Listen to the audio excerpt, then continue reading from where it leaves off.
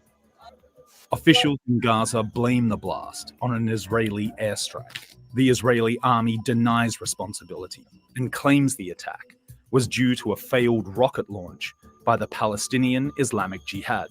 They say they used Al Jazeera footage to allegedly confirm these claims. But you're asking me for proof? You don't need to get proof from me. All you need to do is switch over to Al Jazeera, who broadcasted it live, and you can actually see. I got a screen caption just for you to see. This is Al Jazeera from last night.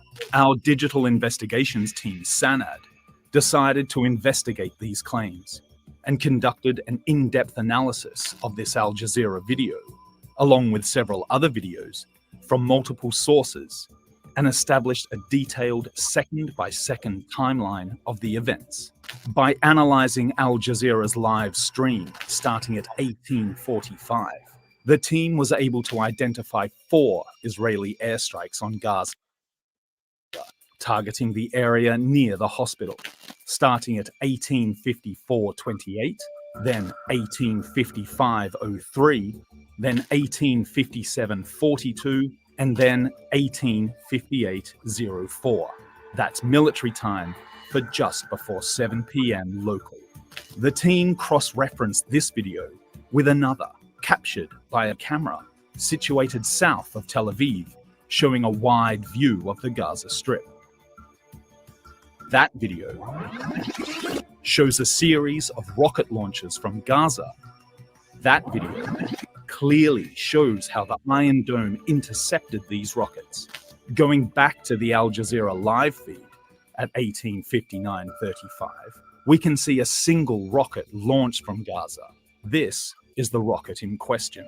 This rocket can also be seen on the Israeli video. 15 seconds later, Al Jazeera's live feed shows that the same rocket was intercepted at exactly 18:59:50. This interception has the same afterglow seen in previous interceptions. A closer look at the video captured by the Al Jazeera live feed shows the rocket being completely destroyed and broken apart in the sky. According to all feed and videos analyzed, this rocket was intercepted and was the last one launched from Gaza before the bombing of the hospital. 5 seconds after that interception, an explosion in Gaza can be seen, followed 2 seconds later by a much larger explosion. This is the strike that hit Al Ahli Arab Hospital. As a result, Al Jazeera Digital Investigations team found no grounds to the Israeli army claim that the strike on the Al Ahli Arab Hospital in Gaza was caused by a failed. Sir.